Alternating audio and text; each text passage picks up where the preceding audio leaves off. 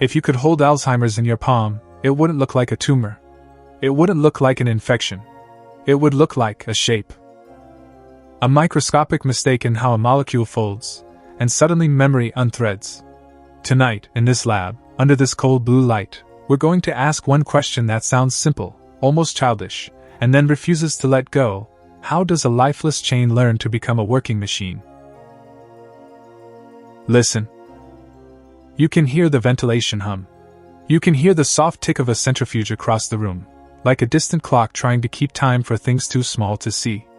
I'm holding a tube between my fingers, clear plastic, a few drops of liquid, nothing dramatic. But inside this quiet solution are proteins.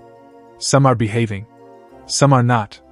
And the difference between those two states can be the difference between breath and suffocation in cystic fibrosis, between flexible blood cells and sickle blades in sickle cell disease, between a healthy brain and a brain slowly turning its own chemistry against itself. Here's the vertigo. A protein begins as a one-dimensional sequence. A line. A string of chemical letters. And yet it must become three-dimensional, an object with pockets, hinges, surfaces, and timing. It must become a machine that recognizes a partner, accelerates a reaction, carries a signal, or forms a scaffold. And it has to do this in a place that is not calm. A cell is warm, wet, crowded, noisy, impatient. It's less like a pristine laboratory bench and more like a packed subway at rush hour where everyone is shouting instructions in different languages. And still, every second, in every cell in your body, chains fold into function. So here's the human-scale question I want you to feel in your gut, not just understand in your head. Imagine you dump the parts of a watch into a bag. Gears. Springs. Screws. You shake it. And out falls a working watch. That's what protein folding is like, except the watch parts are flexible and sticky, the bag is full of water, and the shaking is thermal chaos, the random jittering of atoms at body temperature. Yet nature does it, not once, but endlessly.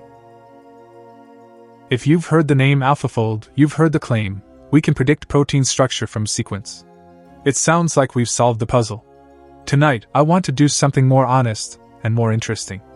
I want to run a mental experiment with you, right here at the bench, and then audit what AlphaFold actually gives us, and what it can't yet. Because the stakes are not academic. The stakes are flesh and blood. Let's start with the cast of characters, quickly, but in a way you can actually see. Picture a protein as a necklace. The beads are amino acids, 20 main types used by life. But these beads aren't identical. Each one has a personality, a mood, a tendency. Some beads love water, social, extroverted, happy to be exposed. Some hate it, private, introverted, wanting to hide. Some are charged, like tiny magnets with a plus or minus sign, always feeling the pull of opposites and the push of equals. Some are bulky, like wearing a winter coat in a narrow hallway. Others are small and flexible, like a dancer who can slip through tight spaces. The string that ties the beads together is the peptide bond, chemistry's version of a sturdy link in a chain. Strong enough that the necklace doesn't fall apart, but with enough freedom around it that the chain can twist and explore.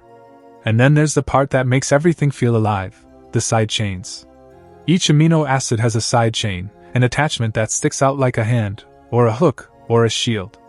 Those side chains are where the real drama happens. They form friendships. They start feuds. They negotiate truces. They hide. They expose. They trade partners. Folding is not the chain deciding to become a shape. Folding is the side chains interacting under physics, and the chain being dragged into whatever arrangement best satisfies those interactions. Now, what are the physical rules? Not rules, like a textbook list. Rules like gravity, inescapable, indifferent, always present. First, the hydrophobic effect. This is the big one, and it's deeply misunderstood, so let's give it a living metaphor. Water is not a passive background. Water is an opinionated crowd. It forms a network of hydrogen bonds, a constantly shifting handshake between molecules. When you drop an oily, nonpolar side chain into that crowd, the crowd can't shake hands with it. Water has to reorganize around it, and that reorganization costs freedom. In physics language, it costs entropy. In human language, the crowd gets annoyed and stiff. So the protein responds by tucking those hydrophobic, oil-like residues inward, away from water, like introverts pulling into a quiet room at a party. This creates a core. It's not that oil hates water emotionally, it's that water hates losing its own options. The folding is, in a sense, water negotiating to be comfortable again. Second, hydrogen bonds. These are the gentle promises of chemistry, weak individually, powerful in crowds. They're like Velcro, one hook and loop is trivial, but 1,000 of them can hold a body armor plate to your chest. Hydrogen bonds shape alpha helices and beta sheets, those familiar ribbons you've seen in protein diagrams. In an alpha helix, the backbone makes a repeating pattern of internal handshakes, stabilizing a spiral. In a beta sheet, strands align like lanes on a highway, linking across with hydrogen bonds, creating a flat, pleated fabric. Third, electrostatics. Charges attract and repel. A positive side chain is drawn to a negative one like two people in a crowd recognizing each other from across the room. But in a cell, this attraction is screened by ions salt. The cell is not pure water, it's a salty ocean. So electrostatic interactions are real, but they have to shout through a noisy room. Sometimes they dominate, sometimes they get muffled. Fourth, van der Waals forces. This one sounds like jargon until you picture it. Imagine packing suitcases into a trunk. If you leave gaps, everything rattles, it's unstable. If you pack too tightly, nothing fits. Van der Waals interactions are the tiny, close-range attractions that reward good packing. They're not dramatic, they're the quiet satisfaction of a space filled perfectly. A folded protein often has an interior packed like a well-designed city, no wasted space, no chaos, every building snug against its neighbors. Fifth, disulfide bridges. In some proteins, two cysteine residues can form a covalent bond, a literal chemical staple, locking parts of the protein together. If hydrogen bonds are Velcro, disulfide bonds are rivets. They're especially important outside cells, where conditions can be harsher, and the protein needs extra reinforcement to keep its form. Put these together and you get the core mystery. With all these forces tugging in different directions, why does a protein reliably find a functional shape at all? Why doesn't it just collapse into a useless tangle? And if it does find a shape, why does it find it fast? Because if you do the naive math, folding should be impossible. This is where we step into a classic terror of biophysics, Levinthal's paradox. Here's the nightmare in plain language. Each link in the chain can rotate. Even if you allow only a few possible angles per residue, just a few, multiply that across a chain of 100 residues, and the number of possible conformations explodes.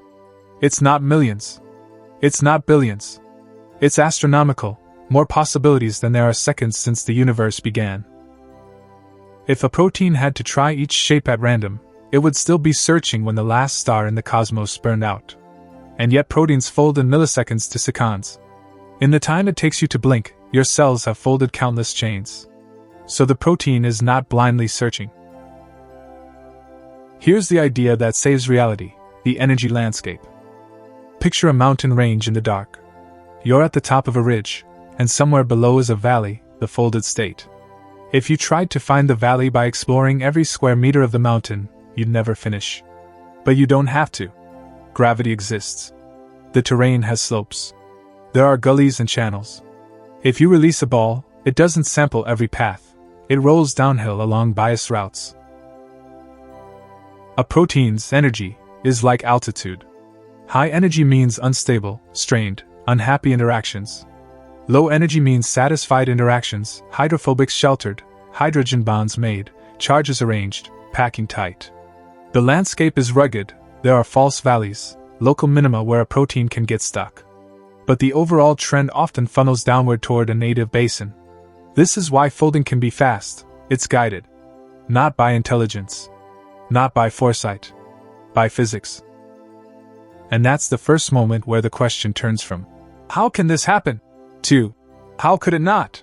Because once you accept that the rules of chemistry create a funnel, you start to see proteins as natural outcomes, like snowflakes forming patterns because of how water molecules prefer to arrange.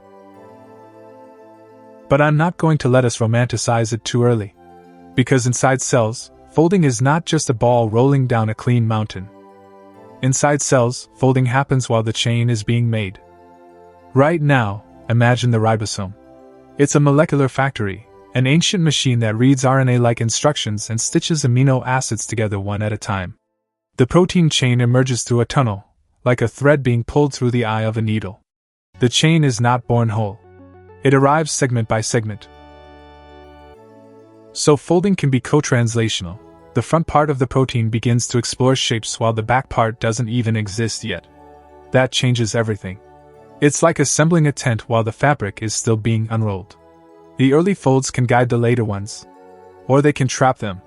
Timing becomes a variable. Speed becomes a variable. And the cell isn't indifferent to this. The cell invests in helpers, chaperones. Chaperones are not designers. They don't tell a protein what shape to be. Think of them as bouncers at a crowded club. Their job is to prevent the wrong interactions, especially the catastrophic one, aggregation, where exposed hydrophobic patches from different proteins stick together like wet paint and form clumps.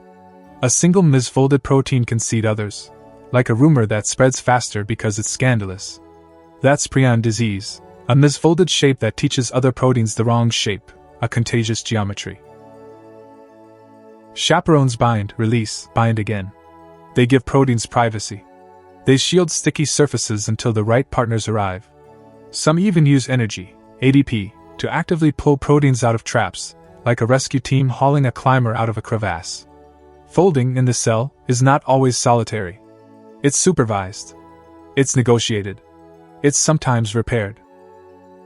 Now, if you're with me, you can feel the tension tightening.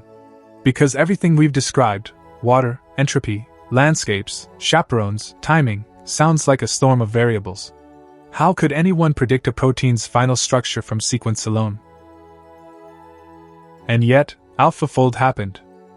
To understand why AlphaFold feels like a miracle, we need to remember the old world. For decades, structural biology was heroic in the literal sense, painstaking, expensive, slow. X-ray crystallography demanded crystals, perfect ordered lattices of proteins, which many proteins refused to form. NMR gave dynamics but struggled with size. Cryo-EM revolutionized big complexes but still faced challenges with flexibility and small proteins. Each structure could take months to years. And then, suddenly, here comes an algorithm that looks at a sequence, just the one-dimensional letters, and predicts the three-dimensional fold with astonishing accuracy for many proteins. It's as if someone handed you a list of ingredients, and you could predict not just the cake, but the exact swirls of frosting and the crumb structure inside. So what is AlphaFold doing really? At its heart, it's learning from history. Evolution has run an experiment for billions of years. Proteins mutate, organisms live or die, and successful proteins leave descendants. When you align related protein sequences across species, you see patterns. If one position mutates, another position often mutates in response, as if two residues are communicating. Those coevolution signals imply contact in 3D space. It's like reading a long series of letters between two people and noticing that when one changes their schedule, the other changes too. You infer their meeting. AlphaFold takes that evolutionary whisper, combines it with the vast library of known structures, and uses deep learning to predict distance relationships and angles, constraints that define a fold. It's not simulating physics atom by atom in the classical way. It's building an incredibly informed guess based on patterns life has already tested. And in many cases, those guesses are so good they transform what scientists can do day to day. Drug discovery, enzyme design, understanding mutations, mapping pathogens. So are we done? Do we finally have the answer to the watch in a bag problem? This is where I want to slow down. Because now we enter the audit. I want you to picture two objects side by side. On one screen, an AlphaFold prediction. A clean ribbon diagram. Helices like coiled springs, sheets like folded paper, loops connecting them like sinew. It's beautiful. It looks like certainty. On the other side, a living cell. Not a diagram. A cell.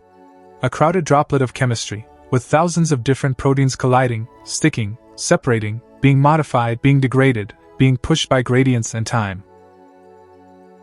What is the ribbon leaving out? First limitation, dynamics. A protein structure, in the way we often draw it, is like a single frame from a film. But proteins are not statues. They breathe. They flicker. They twitch. They shift between conformations like a person shifting posture while thinking. Even at rest, thermal energy makes atoms vibrate. Loops flap. Domains hinge.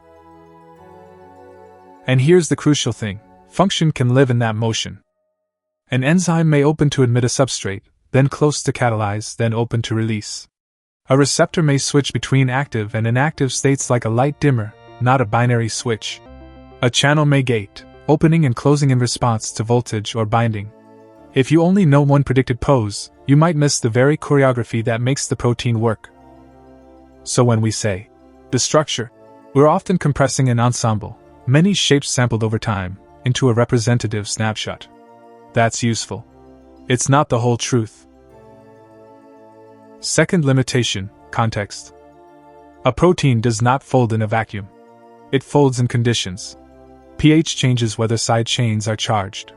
Salt screens electrostatic interactions. Temperature changes the intensity of thermal motion.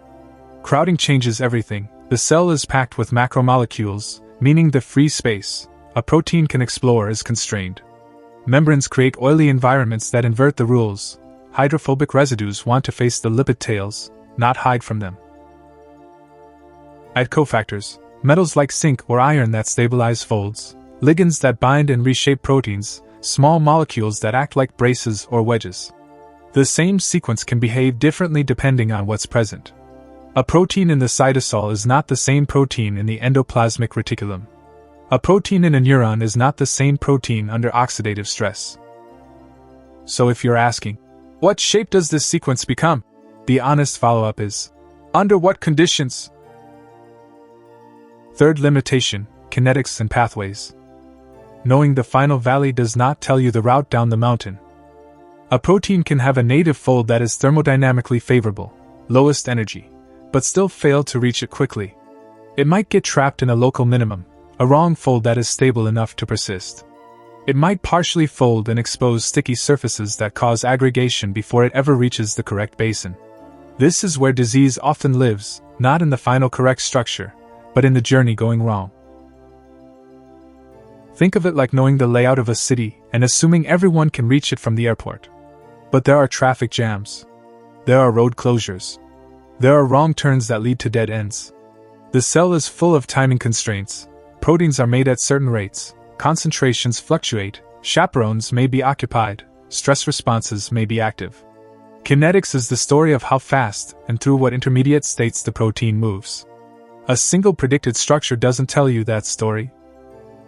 Fourth limitation: complexes and interactions. Many proteins are not complete alone. They become themselves only when bound. Some proteins assemble into complexes, 2, 5, 20 subunits, where the interface between them creates the active site, or the stability, or the signaling platform. Others are intrinsically disordered. They don't settle into one stable structure on their own. They're more like molecular scarves, flexible and expressive, that only fold into a specific shape when they meet a partner. That disorder is not a flaw. It can be a feature. It allows one protein to bind multiple partners, to act as a hub in cellular networks. So if you predict a structure for a protein that is meant to be disordered until binding, a crisp ribbon may be misleading, beautiful, but not faithful to the living behavior. Fifth limitation: post-translational modifications and timing. The sequence is not the final script. Cells edit proteins after they're made. They add phosphate groups, phosphorylation, like snapping a tiny charged flag onto a residue, changing how it interacts. They add sugars, glycosylation, bulky, hydrophilic decorations that can shield surfaces, guide trafficking, or stabilize folds. They form disulfide bonds in specific compartments. They cleave proteins, proteolytic cuts, activating enzymes or hormones. They acetylate, methylate, ubiquitinate, marking proteins for interactions or destruction. Two proteins with the same amino acid sequence can behave like different entities depending on these edits. And those edits are regulated in time. A cell is not just chemistry, it's choreography. Now I want to run a reality stress test with you. Imagine you have two proteins. Same sequence. You run AlphaFold. You get two identical predicted structures, down to the folds, the helices, the sheets. In one organism, the protein functions beautifully. In another context, that same protein is lethal. How can that be? The answer is not mystical. It's layered. Its environment, the pH, salt, temperature, crowding, redox conditions. Its dynamics, how often it visits an active conformation. Its networks, what partners are present, what inhibitors or competitors exist.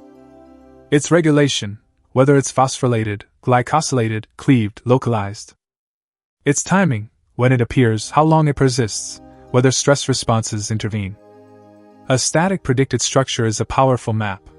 But you can't drive a car by staring at a map if you refuse to acknowledge weather, traffic, construction, and the fact that the bridge sometimes opens. And this is the moment, if you let it land, where all becomes sharper. Because AlphaFold is not wrong. It's astonishing. But its brilliance can seduce us into thinking we've captured the whole reality of proteins. We haven't. Not yet. Here's the metaphor that finally clicked for me, standing exactly where you are now, staring at a predicted ribbon on one screen and a messy experimental readout on the other. AlphaFold is like predicting the shape of a key. A gorgeous, precise key. You can tell where the ridges are, how it might fit into something. But that doesn't tell you whether the lock exists in this cell, whether the key is slightly flexible, whether it's coated in wax, whether someone is turning it at the right moment, or whether it's part of a keyring interacting with 10 other keys. That's not a criticism. That's an invitation. Because once you see proteins as keys in motion inside locks inside cities, you start to understand why biology is so hard and so beautiful. Life is not just structure. Life is structure plus context plus time. Now let's zoom out, because this isn't only about proteins. This is a lesson about emergence, how meaning arises. A protein's function is not stored in the string alone like a secret hidden in letters. The string is necessary, yes. But function emerges from physics interacting with history interacting with environment. Evolution encodes sequences that tend to fold into useful forms under the conditions the organism lives in. The cell supplies chaperones, compartments, gradients, and regulation. The protein participates in networks. This is why a purely reductionist instinct, if I know the parts, I know the whole, keeps failing us at the edges. Not because reductionism is wrong. Because it's incomplete by itself. The parts don't float in isolation. They collide in a world that pushes back. And this brings us to a philosophical line that matters beyond biochemistry. A description is not the same thing as understanding. A structure is a description. A useful, powerful one. It can show you pockets where drugs might bind. It can explain why a mutation destabilizes a fold. It can suggest mechanisms. But understanding means you can predict behavior in context, what the protein will do, when, with whom, and how that changes under stress, aging, or disease. Maps are astonishing. But the territory has weather. So what's next? If AlphaFold is the key-shape oracle, what becomes the next frontier? One direction is integrating structure with dynamics. Molecular dynamics simulations, physics-based calculations, let you watch atoms move, like running the film instead of pausing at a frame. They're computationally expensive, and they rely on force fields, approximations of how atoms interact, but they're improving, and they're essential for capturing motion. NMR can reveal ensembles in solution. Cryo-EM can capture multiple states, especially for big complexes. Single-molecule experiments can measure folding forces and transition rates directly. Another direction is kinetics, predicting not just the destination, but the route, what intermediates form, what traps exist, how quickly folding occurs, and when misfolding becomes likely. That's where diseases like Alzheimer's and Parkinson's don't just become structure problems, but time-dependent catastrophe problems, pathways that drift toward aggregation. Another direction is cellular measurement, proteomics, live cell imaging, measurements of localization and interaction networks, interactomes. Because proteins rarely act alone. They're nodes in a conversation. If you only know the shape of a sentence, you don't know the meaning of the dialogue. And finally, yes, AI itself will evolve. We'll want models that predict behavior, how binding changes shape, how modifications alter dynamics, how conditions shift ensembles, how complexes assemble, how proteins evolve under selective pressure. Not just, what does it look like? But, what does it do over time? Now I want to return, quietly, to the tube in my hand. Because it's easy to get intoxicated by the grand narrative. Deep learning conquers biology.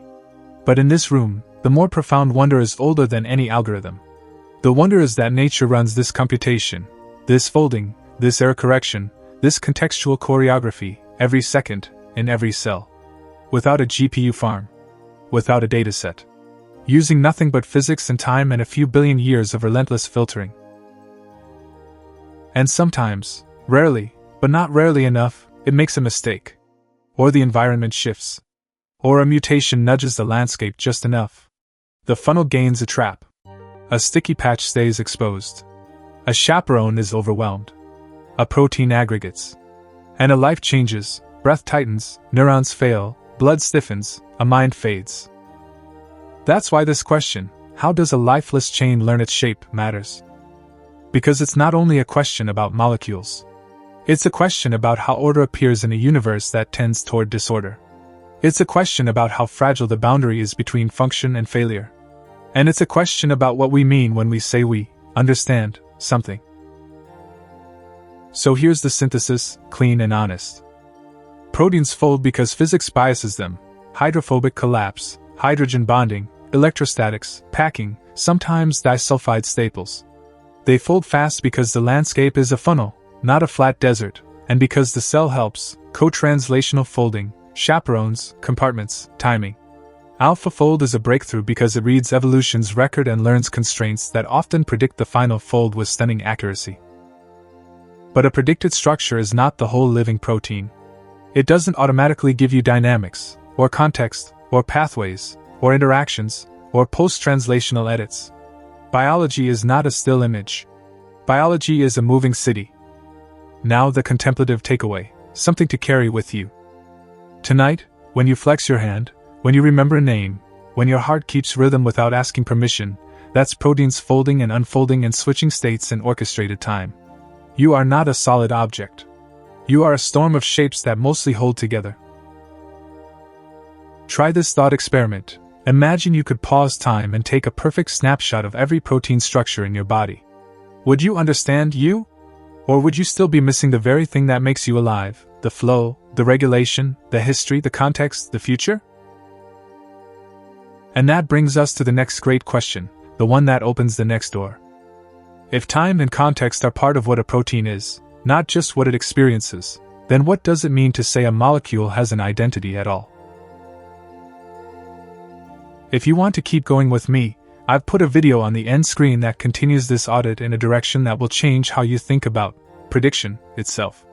Watch that next. It's the fastest way to stay in the thread of discovery. And if you found value here, subscribe, because the science audit isn't about hype. It's about learning to see what a model explains, what it assumes, and where reality still refuses to be simplified. One question for you, simple, but revealing, when you hear, "We predicted the structure." Do you feel relief, or do you feel suspicion? Tell me which one, and why, in a sentence. I read more of these than you think.